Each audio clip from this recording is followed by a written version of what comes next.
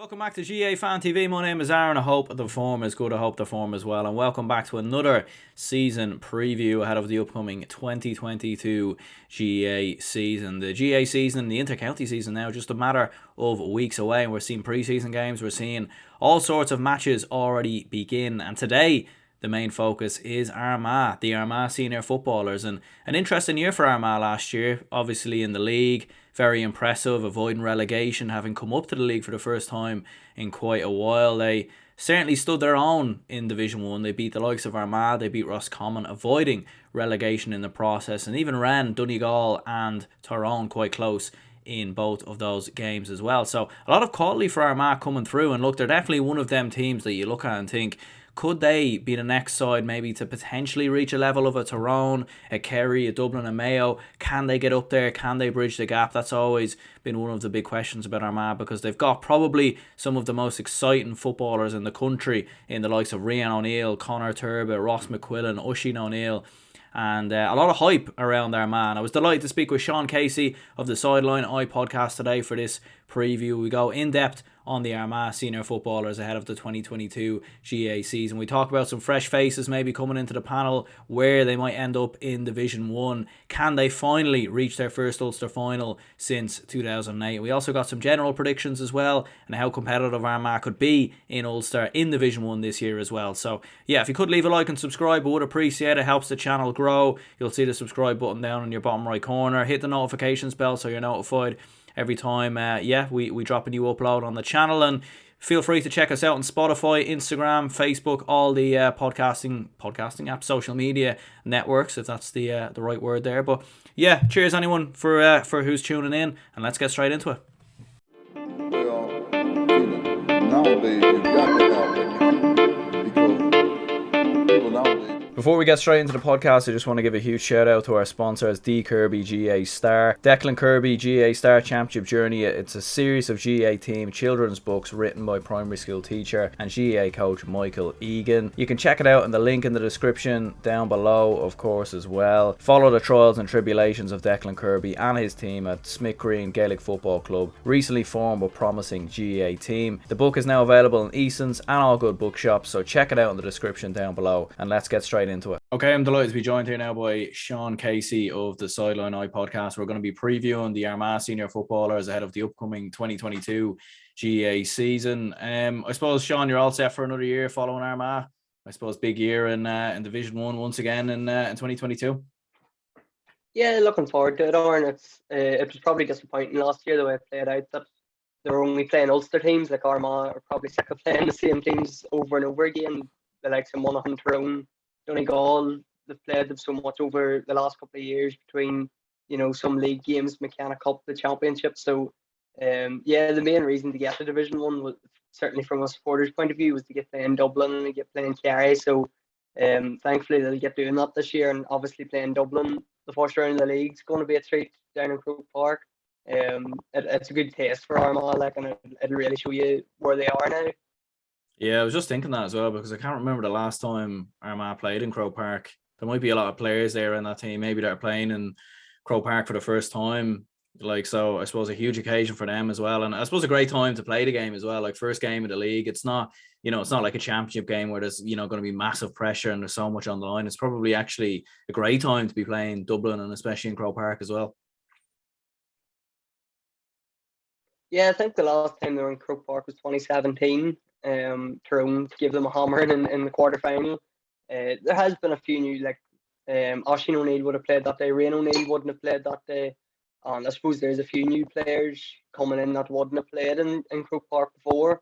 But yeah, in terms of playing Dublin, I think the last time they played Dublin was 2012 maybe, the year they were relegated from Division 1, and then this is last year was their first year back. So that's 10 years ago from the last play at Dublin in Croke Park. And again, Armagh got a bit of a hammer in that day. I remember Dermot Connolly got a hat trick. So not wonderful memories in Croke Park of recent years, but definitely a big chance for them to go down and show what they're made of and take on Dublin. It's probably the best time to play them, is the first round of the league. And Armagh maybe have a bit of momentum, hopefully built up from a couple of McKenna Cup games and that. And yeah, it's a really good tester for them, and I know everybody's looking forward to it. And what's the general feeling like going into this year and into the league? Because I suppose, as you said there last year, I suppose a mixed year. I mean, obviously positive in terms of avoiding relegation and 2 wins from 4 in Division 1, but obviously that defeat to Monaghan, which was a really close game, like nip and tuck, and I suppose it was an extremely close game and obviously an emotional game. What happened coming into the game, obviously with Brendan O'Duffy, like. But you'd have to say, like, Armagh definitely, they nearly came back in the end, and it was definitely, I suppose, a game that really could have went either way. Yeah, that game, like Armagh were probably missing their whole full back line. Aidan Falker only come on, Ryan Kennedy, I think he only come on as well. Patrick Burns was injured. So there was a lot in it, like that, for it to be so close. Armagh gave Monaghan a 12-point head start with the 4 goals, in the first half. So you look at that game, Armagh were only beat by 2. Monaghan go on and they're only beat by Tyrone by 1. So maybe there probably is a feeling that Armagh are closing in and can break up maybe into that top 5 or 6. But certainly this year it's just about, getting their feet found in Division 1, consolidating their place and making sure that they stay there, because the last thing Armagh need is back down to Division 2 next year and another dogfight down there. Like, so there's probably it's tight to call. You've the likes of Kerry, Dublin, Mayo are probably the big teams, and obviously Tyrone as well. But the likes of Armagh, Monaghan, Kildare, they're the ones that you're going to hope to take points off if you're going to stay in the division, and that will probably be the target for Armagh at the minute, is just to stay in the division and make sure that they can do as well as they can against them bigger teams and see where it takes them. Yeah, because I suppose last year, at least, like for Armagh anyway, because I suppose there have been that question mark maybe over them in terms of competing against the top teams. Obviously, you think back to the 2020 Ulster game against Donegal. I think that was the Ulster Ulster semi-final, wasn't it? And obviously Donegal won that game quite comfortably. So I suppose at least that was the main positive. You've seen that Armagh can compete against some of these top teams, whether it be a Tyrone, a Monaghan, and even a Roscommon, who obviously went down to Division 2, but nonetheless, like, it was a huge win there. I think that's the main thing, like that they showed last year, that they can definitely compete with the big teams like Tyrone, Monaghan, and Donegal. They've been in Division 1 the last couple of years now. That they're sort of they're used to Division 1. They're used to that standard of football, and Armagh showed that they could compete at that level. But I suppose the fact that they only won 1 game against them 3 teams, and obviously they beat Roscommon fairly convincingly then in the playoff as well. But they really showed against Tyrone and Donegal that they can compete at that level, but again just didn't beat them, which was probably disappointing for Armagh. But again, injuries and that played their part as well. But like after that 2020 semi-final against Donegal, you weren't sure if Armagh were ever going to make it or where they were going. But yeah, last year was definitely a huge boost, and there's a couple of youngsters coming through as well, like a couple of new boys added to the panel. And there was a recent charity challenge game with Tyrone that a few of them got game time and got to see what they were made of, like. So, and then you have the Clonard boys coming back in as well. So yeah, it's exciting times, I'd say, around Armagh. There's a good crop of youngsters coming through at the minute, and I know Kieran McGeeney will be eager to get them in and get them proper Division 1 football to see can they make it to this level. And yeah, it's exciting, like, that Armagh are finally closing that gap, and hopefully they can stay up in Division 1 this year. Yeah, and you mentioned earlier about having the 7 games, like a full National League campaign in Division 1. You'll get to play Kerry, you'll get to play Mayo, I suppose, going up against these top teams. So at least you'll see even more about Armagh. You'll probably even learn more about, some of the young players coming through and some maybe fresh faces coming into the panel. And it'll be a great test for yourselves before that Ulster clash against Donegal, because maybe previously you would have been playing Division 2 and obviously when you were down in Division 3 as well. So at least now, like, you'll have that test of Division 1 football before going into an Ulster campaign that already has a lot of Division 1 teams up there.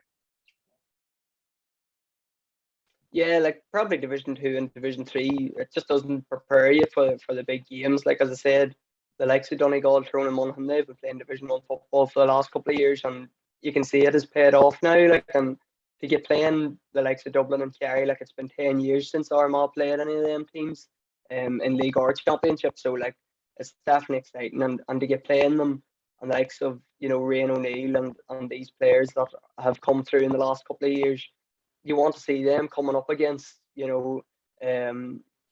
up against Dublin and Kerry, and maybe marking a Brand Fenton or however it plays out, to just to see where they're at and how good they are, if they can get up to that level. And I'm sure like there's enough seen of the likes of Rian O'Neill that he can definitely produce it on the big occasions, and to get seeing him maybe doing it against Dublin in Croke Park under lights, it would be fantastic for a supporters' point of view. And obviously, if Armagh are going to push on in the next couple of years and hopefully win an Ulster Championship in the near future, like this is the games they have to be competing in, and then hopefully winning as along the line as well. And is the aim to avoid relegation again, or do you think maybe the aim is even maybe more than that, like maybe make a step up, I suppose, maybe claim one or two scalps, maybe beat one of the big sides, or is it primarily just avoiding relegation at all costs? It would probably be different. It depends who you're talking to. Like an Armagh supporter point of view is just avoid relegation. And if that means, winning one or two games but you stay up, a supporter will probably take that as long as you're competitive in the rest of the games. But I'd say if you're talking to Kieran, McGeeney or any of the players now, they'll be looking to push on. They'll be looking to make up the numbers against Dublin or Kerry. They want to test where they are, and obviously they want to beat them as well. And it's a big thing having to go to Croke Park, obviously, to play Dublin, but hosting Kerry as well will be a huge occasion. And hopefully with restrictions and all, the athletic grounds will be packed. And I would say if you were talking to Kieran McGeeney or any of the players, they're looking to push on now and hopefully make that step up and show that they can compete and maybe beat a big team as well. Yeah, because I suppose from an outsider looking in, like they definitely, with Armagh, they seem to have all the pieces of the jigsaw there. Like you have the players in terms of Rian O'Neill, Oisin O'Neill, the age profile is pretty good. Obviously, very competitive club championship, good manager in there, and Kieran McGeeney, obviously Kieran Donaghy in the background as well. So like there seems to be all the right makings of a team that can make that step up. I suppose maybe in 2022, it's just about finally delivering and making that step up, and maybe going on a run to an Ulster final, or, going through the qualifiers or whatever. Because I suppose if you were to do a power rankings of the top 10 teams, as a lot of people would probably have Armagh in there, or at least maybe on the cuff anyway. So, and I think a lot of people maybe look at Armagh maybe as a potential dark horse in 2022 that could go on a run. So I suppose that's probably the big thing as well. Yeah, I think that's it. Like most people the last couple of years would have Armagh up there, definitely in the top 10 teams in the country, but probably come championship time, they haven't shown it. Like they've shown that they're a good team. Like that Monaghan game last year was a classic. Roscommon a couple of years ago as well. Mayo only beat them by a point or two in 2019. So Armagh have shown that they can compete at that level, but just not consistently. And like an Ulster final would definitely be a big occasion for Armagh. They haven't been there from 2008, while every other Ulster county has reached a provincial final at least once in that time. So like that's probably the goal at the minute, is to survive in Division 1 and try to get an Ulster final. And they've done a goal in the first round, which is not going to be easy by any means, but certainly Armagh, they want to push on now. McGeeney's been there maybe, I think could be his 7th or 8th year in charge. He's going to want this team to push on now, and I think he has the team he's been building for a couple of years. I think he has them now where he wants them. Everybody has bought in to playing county football in Armagh. He has all the best players, or most of the best players in the county, in the setup. So yeah, hopefully they can push on now and have a big year. I suppose you mentioned Kieran McGeeney there, like after last year and the defeat to Monaghan, there did seem to be, I suppose, a little bit of pressure on him, and there probably is a bit of pressure going on to him this year, because I suppose he has been there a long time, and as he said, he's done a lot of great work in the National League, obviously getting up to Division 1 and solidifying there last year. But I suppose the main point really is like what you said there, like every other county has made an Ulster final except for Armagh in the last 10 years or so. So I think that's probably the big thing for Armagh. And obviously it isn't easy, like there's a lot of great teams in Ulster, but it is quite a mad statistic really that Armagh haven't been to an Ulster final. I think the last Ulster final you were in, you won, wasn't it? So I think that's I suppose it's been a long time at this stage. Yeah, it's been a long wait. Like Armagh, they were so strong in Ulster, like for the best part of a decade, in the noughties, between themselves and Tyrone shared the Ulster title. From I think it was from '99 till Donegal won it in 2011. No other team won it for Armagh and Tyrone. So to go from that till not even being able to reach a final has been sort of a big blow to Armagh. But as I say, there was a time there that the team was really going through transition and they just simply weren't good enough. But I think McGeeney has now built his team. He has them where he wants them. He has all his players now available coming into the new season. But yeah, definitely, like you're always targeting the championship. The league is great and you want to be playing Division 1 and all, but you know, if you're not pushing it on and making a count in the championship, then you know you're sort of, there's question marks coming up again. And hopefully Armagh can push on this year, but as I say, it's a very difficult draw the first round. You'd have probably rather a weaker team for the first round, maybe to get you kick started in the Ulster Championship. But definitely an Ulster final has to be the target, and then once you're there, you want to win it, obviously.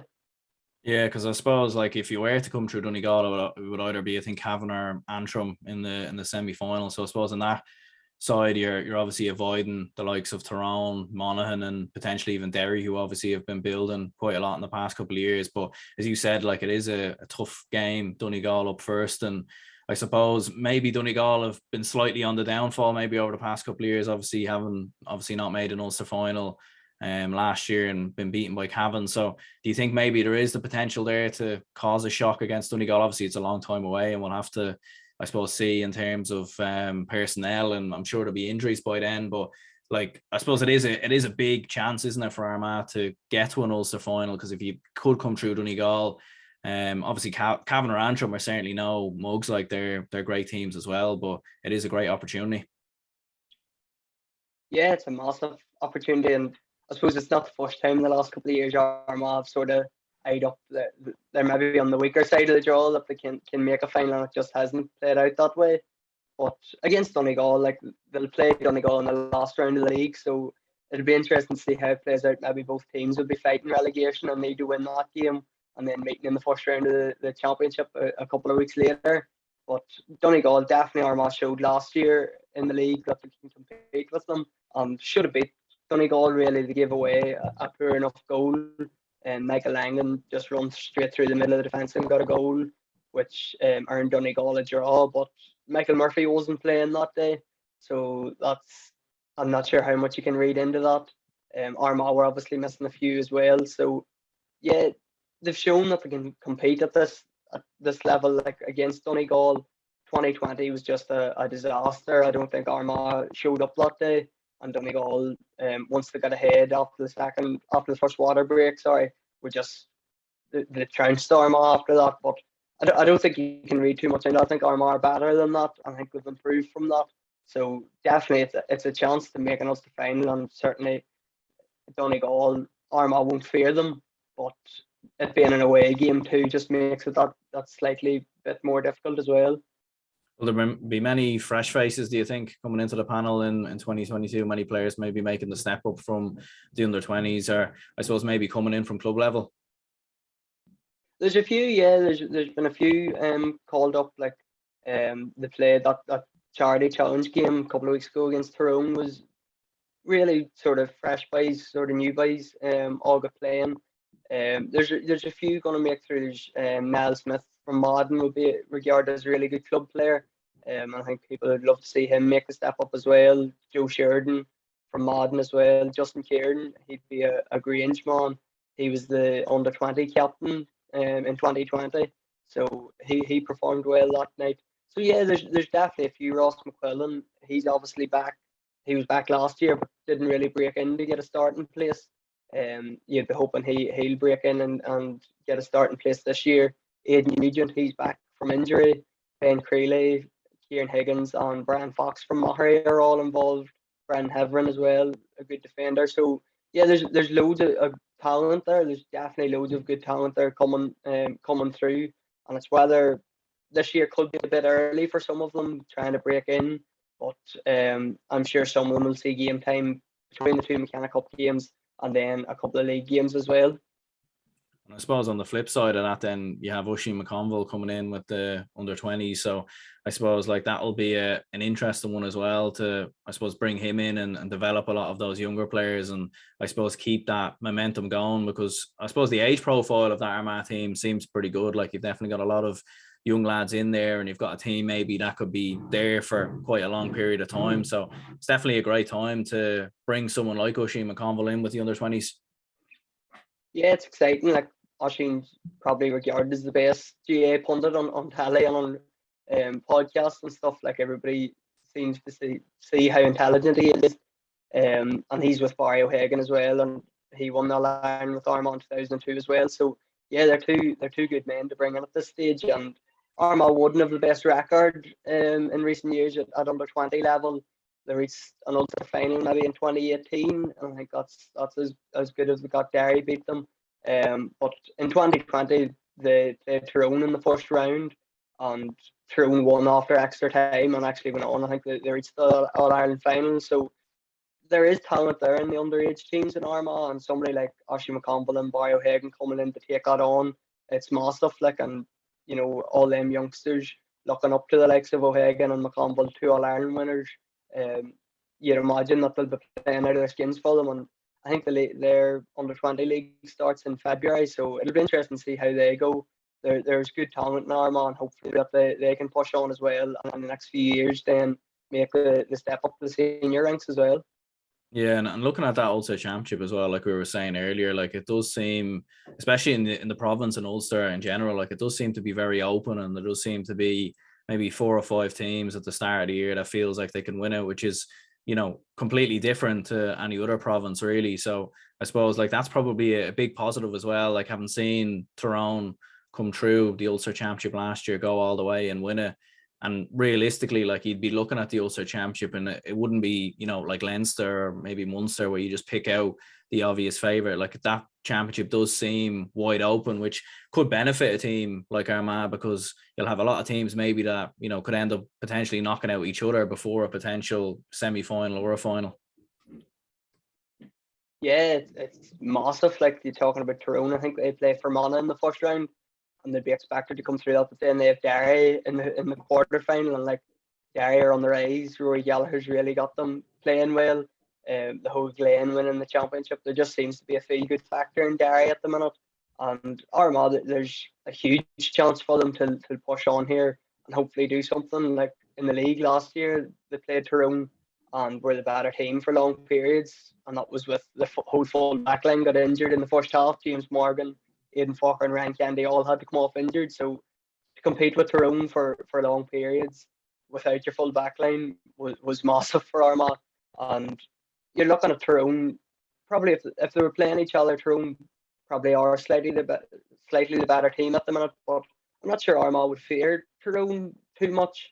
And seeing what Tyrone done last year, it was incredible. Like, and fair play to them, it was hard to watch being an Armagh fan, seeing Tyrone going and win the line out of nowhere really. But yeah, the Ulster Championship's huge. Like it has been for, I don't know how long it's been the best championship, and that looks to continue, because obviously Leinster and Munster is easy enough to pick out the winners from.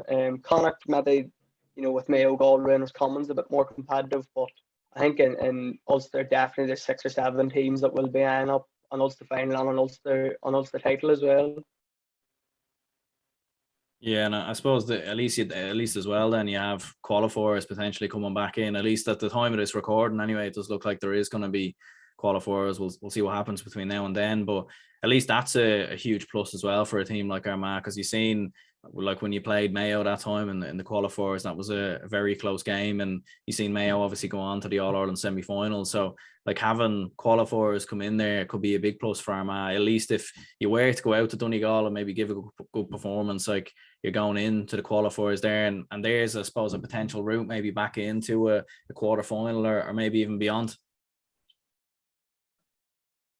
Yeah, Armagh have a good record in the qualifiers under. Geezer actually has a very good record with Armagh and Kildare in the qualifiers. It leaves you the chance to still make the land. I think it's quarterfinals this year. I think the Super 8s are done away with now, so it gives you a huge chance again to get back to Croke Park and back if you got to a quarterfinal competing with, a provincial winner, and it just means that it's not, that first round game against Donegal isn't the be all and end all. There is still a lot chopped door of the back door, like, but I don't think Armagh would be worrying about backdoor systems or qualifiers yet. They'll be going in to beat Donegal, and I suppose it gives you that option that, if it doesn't go well for you in the day, or if you make a couple of mistakes and you end up getting beat, but you're not knocked out and you still have a chance to get to Croke Park and reach a quarter final. But I don't think Armagh would be thinking like that. Like, I think they'll be all eyes on Donegal and hoping to beat them. Yeah, and if you have to go on a run in the Ulster or even in the qualifiers, what players do you think could stand out the most for Armagh? What players do you think could be critical in going on a run, whether it be in Ulster or in the qualifiers? There's probably a couple, like obviously Rian O'Neill's the obvious one. Everybody will be looking out for him this year, and he's obviously going to be a targeted man. He's going to be a man-marked man every time he takes the field. Probably Clonmern's Conor Turbert and Kieran Kelly are two really talented players, like that have been substitutes last year. I don't think either of them started any game, but they both come on against Antrim and got a goal apiece. They both come on against Monaghan and got a goal apiece. They're really, really exciting players. Like, and I suppose James Morgan had a really impressive year with Crossmaglen there during the championship. Although they didn't win it, he was outstanding throughout the year. So he's probably one I would be looking for as well, because he sort of transformed his role this year. He'd been known as a man marker really in Armagh, but he played at centre half back and was a real driving force going forward. So there's probably a good few players there that you'd hope to be keeping an eye on. Like, Armagh's forward line has obviously always been impressive the last couple of years. Probably Stephen Campbell as well would be another one that you're excited to see. Aidan Nugent, he's back after doing his cruciate in 2020, so he's back, and he's a really exciting footballer as well. He can play inside. He play as an inside forward for his club, and he's a big scorer for Cullyhanna. But for Armagh, seems to be more of a working half forward there for a couple of years. So yeah, it's going to be interesting to see how these players coming through, and the likes of Nugent coming back from injury, how they can do. But there's probably a couple that you'd want to be keeping your eye on. Yeah, I suppose that's the big thing as well. And you mentioned there, like, injuries and whatnot. Like, that seems to have been a big thing for Armagh in the past couple of years. So I'd imagine, like, keeping a lot of those players, whether it be the full back line and some of the other players coming back in injury free ahead of the championship, because like what we said, like, Armagh certainly have a lot of talent and very talented footballers in there. But when you add in maybe 3 or 4 injuries to your starting 15, it just makes life that bit tougher. So I'd imagine trying to keep all those players injury free and trying to keep them ready for that championship game against Donegal and the qualifiers, I suppose, would be critical, because like what we said before, Armagh have definitely been a team that struggled quite a bit with injuries in the past few years. Yeah, like, that's the main thing for Armagh. If they can get a full National League campaign under their belt with their full team ready and available, that would be a massive thing for Armagh, like, especially defensively, because Ryan Kennedy has dropped out of the panel this year, and so is Paul Hughes. So they probably don't have the experience in the defence that they once would have had. Brendan Donaghy doesn't seem to be in a picking line anymore. So, like, the likes of Aidan Falker and James Morgan, they're going to be leading the line in that defence. And if one of them was to pick up an injury, it's just tough for Armagh to replace that kind of player. Probably up the field in the forward line, they do have 8 or 10 really good forwards. So if there is an injury there, they can move about a bit and move a couple of players. And even in midfield, if there's an injury, you can always move Rian O'Neill out to midfield or something, But it's probably defensively, Armagh just cannot afford any injuries. They have to keep their team fully fit and ready to go throughout the league, and hopefully then into the championship as well. Yeah, and looking at the overall All-Ireland big picture then as well, like, who would you see as the front runners going into 2022? Like what we were saying earlier, it seems very open this year, and the general consensus from speaking to a lot of other people doing some of these other previews is that it's a very hard one to call, like, going into 2022, because there's 4 or 5, maybe 6 teams that all feel they've a serious chance of going on a run and potentially going all the way. Yeah, I suppose the big thing is you're waiting to see what Dublin are like. You're waiting to see how last year affected them. is Cluxton back? I suppose is a big question. I very much doubt it at this stage. That would be the big thing for me. Once you see where Dublin's at, then you would have a better picture. You know, they're still the best team in the country. They still have the best players, I would feel. Kerry as well, you want to see where they're at. Obviously the 7 league games will do them the world of good as well. 7 competitive games, because the Munster Championship, really, it's just Cork that give them a competitive game, and even last year they didn't give them that. So I would still probably have Kerry and Dublin as the top 2 teams in the country. Mayo, Tyrone, Donegal, all in behind that, and even the likes of Derry. I'm not talking about Derry winning All Irelands, but certainly, you know, they could take a big scalp somewhere along the line, and maybe a Tyrone in the first round of Ulster. So Galway as well, they're down Division 2 now. Park Joyce is working with them. He's obviously trying. He said that if he didn't win Sam Maguire, his tenure as manager was a failure. So that was a big target to set when he was just starting out. So yeah, I'd say that there's probably 6 or 7 teams really that feel like they can push on and win All Ireland, but I would be looking at Dublin at the minute. Like they haven't gone away just because they were beaten after extra time, you know. Yeah, I suppose it'll be an interesting one with Dublin, all right. And I was expecting to maybe hear something about Stephen Cluxton, maybe that he wasn't going to be in the panel or whatever. But yeah, it seems to be all silence, as it usually is with Dublin anyways. And it's very hard to know at this point whether he's going to be in there or not. But yeah, look, listen, anyway, cheers, Shaun, for coming on. Appreciate it as always. And yeah, I'll link down your podcast down below for anyone who wants to check it out. And yeah, appreciate you coming on. Appreciate your time. No problem, Lauren. Thanks for having me on. Thank you very much for watching this clip of the very most recent podcast uploaded on the channel. If you do enjoy this content, please leave a like and subscribe so you're notified every time I do drop a new upload, and it does very much help the channel grow and help the channel reach more people. So I very much would appreciate if you could leave a like and subscribe, and let me know down in the comments below what you thought of the video. You can also follow the page on Instagram, and you can also follow on Facebook, Twitter, Spotify. You can follow on all social media platforms as well. So if you're not already followed over there, go over there and give the page a follow to help the channel grow as well. So I do very much appreciate anyone tuning in, and I'll see you all later.